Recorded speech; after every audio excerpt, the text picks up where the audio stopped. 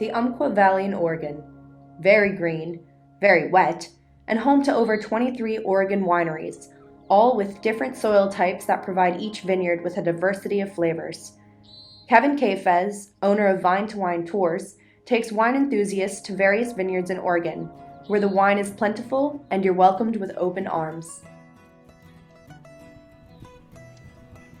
When I was 23 years old, fresh out of college, and met a man who loved wine, but he made really good microbrew. And I'd always go over there, and every Sunday night I'd go over, and we'd talk on his deck over a wonderful beer that he made, and he'd break out a bottle of wine, say, try this, and no, give me the beer.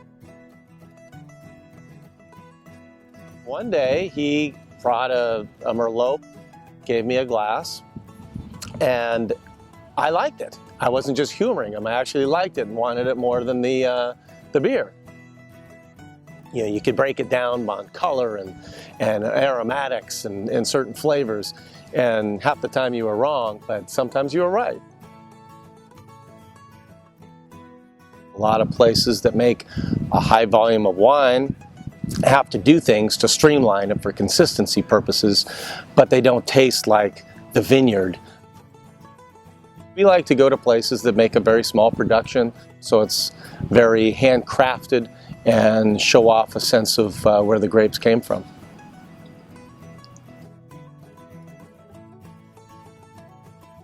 The French use the word terroir to describe the uniqueness to a specific area of land, which influences the grape through the soil, topography, and climate. Roughly translated, terroir means a sense of place. Many of the small family-owned vineyards live up to the standard of terroir. Pretty much all the wineries we're going to are family-owned and operated. Very small production, very small vineyards. For example, Delfino in Roseburg has 18 acres, and everything they make is from that 18 acres. And when you go to other larger places that have 1,000-acre estates, it's night and day difference.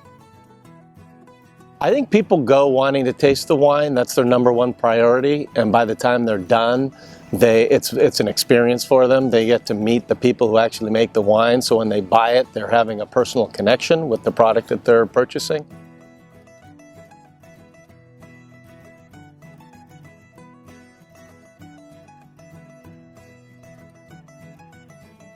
The more I think my story is different, it's not.